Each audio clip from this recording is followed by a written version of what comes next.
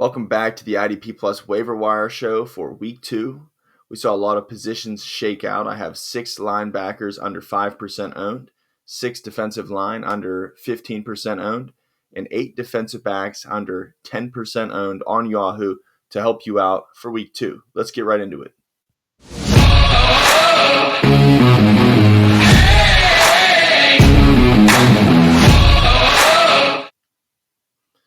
We're going to start off with the linebackers, 6 linebackers less than 5% owned. First is going to be, and this is in respects to priority, the first guy I'd pick up and seriously take heat of is Nate Landman, only owned still in 2% of Yahoo leagues. I've been talking about him all offseason, green dot wearer for the Rams, and we saw a big game as we expected out of Nate Landman.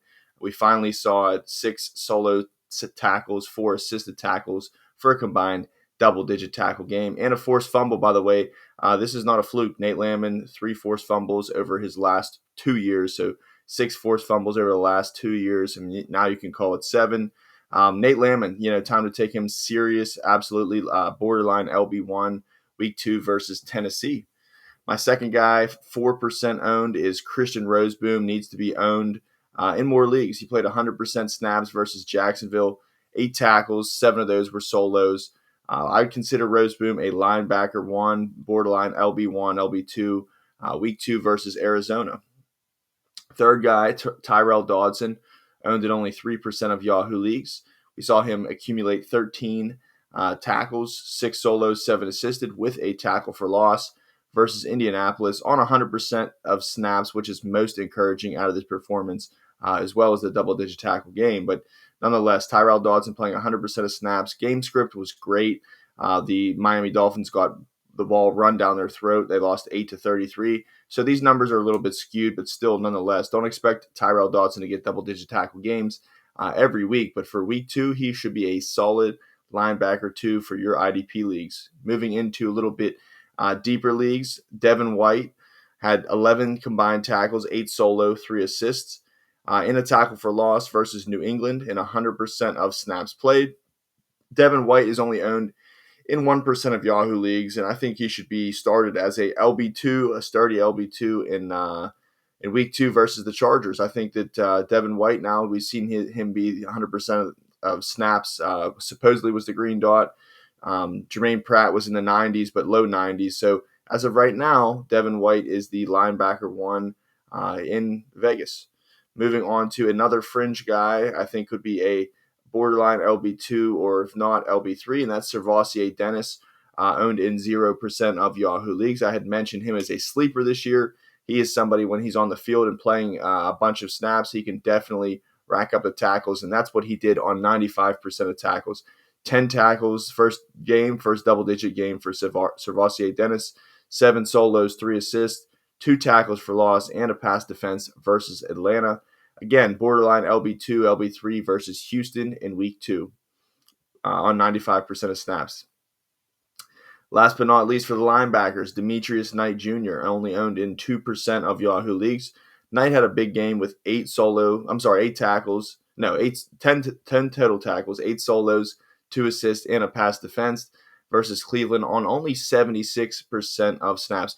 On one hand, very impressive double-digit tackle game, first game for the rookie. However, only 76% of snaps. He did come off on third down passing schemes. So as far as Demetrius Knight's upside, I think, if we can get this snap percentage closer to 85-90% in time, I think he will be an LB2. But for right now, I'll pencil him as a LB3 with room to grow week 2 versus Jacksonville.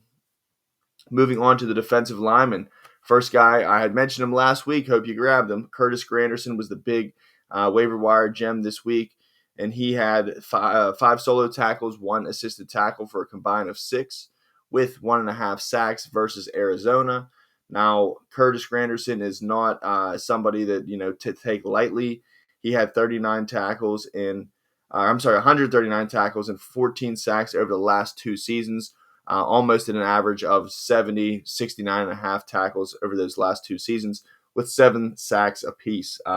That's an average, of course, but nonetheless, Curtis Granderson, a guy, not many guys out there who can get you 70 tackles and 7 or more sacks. Curtis Granderson, consider him a back-end defensive lineman, DL1 for week 2 versus San Francisco. Again, Curtis Granderson, 4% owned on Yahoo, is my number 1 defensive line ad for this week. Coming in at number 2, we're here for the tackles, baby, and that's Leonard Williams, owned in 14% of Yahoo leagues. 7 combined tackles, 3 of those were solo. Tackle for loss, 64 tackles last year and 11 sacks. This guy's legit. Not only can he rack up the tackles and be a consistent DL for you, he also has that big that big sack upside with double digits last year. He's a strong defensive lineman, DL2 for week 2 with a matchup versus Pittsburgh. And the guy I'm going to talk about a little bit here, Will McDonald, we just saw him get 2 sacks versus Pittsburgh. So this is a good opportunity for Leonard Williams in week 2 versus Pittsburgh. My third guy is Derek Brown, a little bit light in the box score this week, only owned in 6% of Yahoo leagues still. 3 solos, 1 assist versus Jacksonville in week 1. We're here for the tackles, and Derek Brown, there's going to be better days ahead for him. So not really taking too much heat of this box score. It was light, but I will still consider him a defensive lineman 2 versus Arizona. Arizona is the team that Carl Granderson, of course, just beat up for 6 tackles and 1.5 sacks. So Derek Brown, I think better days ahead, even as close as week 2 versus Arizona. Number 3, and these last 3 are going to be kind of deeper league guys. Will McDonald, the first one, big game versus Pittsburgh in week 1, only owned in 3% of Yahoo leagues.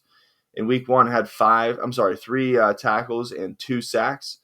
Versus the Steelers, he had 10.5 sacks in 2024, but really not a tackle guy.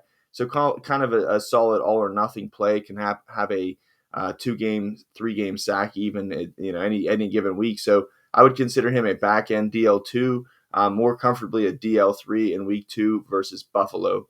Next is Isaiah McGuire, the 24-year-old, owned in 0% of Yahoo leagues. This guy came out of the wickets for 6 tackles in week 1 versus Cincinnati. He also had 2 tackles for loss and a sack on Joe Burrow.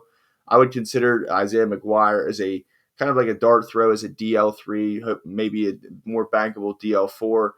But we've seen the 6 tackles is no fluke. He's out there. I didn't get the exact snap percentage on him, but is a factor on the opposite side of Myles Garrett. So Isaiah McGuire in those deep leagues is somebody to consider. And finally, a guy who I talked about as a sleeper all offseason, Malcolm Koonce, 0% of Yahoo leagues, but did have a solo tackle, 2 assists for a combined three tackles, a sack, and a forced fumble week 1 versus the Patriots. Malcolm Koonce, a little bit light in the box scores last year in 2024, had an injured season, but if we look back to 2023, 43 tackles and 8 sacks. So Malcolm Koonce, not a huge tackle floor, but as far as upside, big upside here, you can call him an upside DL3. Moving on to the last position, defensive backs, first and foremost, Tyrel Smith, somebody who had in my top 24, still somehow only owned in 1% of Yahoo leagues, played 100% of snaps versus Atlanta.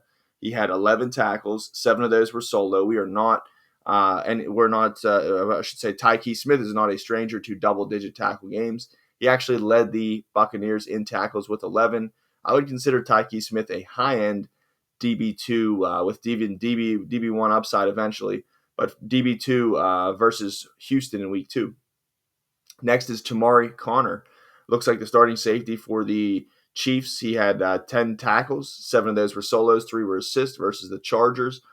Only missed 1 snap. He played 64 out of 65 snaps. So as it stands right now, throw Jaden Hicks out. Chemarri Connor's the guy. And by the way, he did have a forced fumble versus the Chargers as well. So I consider Chemarri Connor a pretty safe DB2 for week 2. Next is Tre'Von Moehrig at 8%. Tre'Von Moehrig had a big game in his first game for the Panthers versus Jacksonville with 11 tackles. 7 of those were solo, 4 were assisted. Tre'Von Moehrig a little bit unsure of how he was going to be used. If he was 100% of the guy, if he was going to produce the same results. Looks to be sturdy here, so I would consider him a defensive back 2. Strong DB2 for Arizona in week 2. Next is Isaiah Pola-Mao from the Las Vegas Raiders, owned in 5% of Yahoo leagues. Pola-Mao had a big game week 1 versus the Patriots with 7 tackles. 5 of those were solos. Also had a tackle for loss, interception, and a pass defense. I would consider Pola-Mao a back-end DB2 or a DB3 versus the Chargers in week 2, who we saw throw the ball a heck of a lot. Hopefully for Polamalu's case, they throw the ball a lot again in week 2 versus the Raiders. Next is going to be Talanoa Hufanga. Made a resurgence here. We knew him as a household name back in San Fran. Now he's playing for Denver, only owned in 2% of Yahoo leagues, but did have a double-digit tackle game with 7 solos and a forced fumble versus Tennessee in week 1. I would consider Hufanga, again, a back-end defensive back too. In week 2 versus Indianapolis, we did see him out-tackle Brandon Jones, which was very surprising, but maybe this is a sign of things to come. Hufanga, keep in mind, wasn't a huge volume tackler in San Francisco. Was more of a splash play guy, does play the free safety position, but nonetheless can have tackle games like this at any given time and big plays as well. So maybe a little bit better bet for big play scoring, but this is a nice blend here for Hufanga nonetheless. And 3 rookies to consider. We saw Xavier Watts, only owned in 1% of leagues for the Atlanta Falcons, 6 tackles in his debut. Craig Woodson from the New England Patriots, 0% owned on Yahoo. Did play 100% snaps, however, and had 7 tackles and 2 tackles for loss. He's the defensive back as it stands right now who I want to roster in New England. And finally, Marcus Siegel, Beanie Siegel's cousin. I'm just playing. 0% owned on Yahoo. This is a deep sleeper, but probably somebody who was not owned in your IDP leagues. Pay attention to him. He started out at the strong safety position, had 6 tackles and a fumble recovered. So 3 highly touted rookies there, Watts, Woodson, and Siegel to wrap it up. As always, if you have any questions for me, week 2 matchups, any questions about any guys you're considering for pickups, please let me know. And as always, best of luck for your week 2 matchups. Thank you for giving me a listen. Give us a like and subscribe, and check out Axton's at Axman IDP. His rankings coming out for week 2 shortly. So we will see you next week on the IDP Plus Waiver Wire for week 3. Thank you for watching the IDP Plus YouTube network. If you enjoyed this video, give it a thumbs up and don't forget to subscribe to our channel. Be sure to tap the bell icon to get notified whenever we upload new content.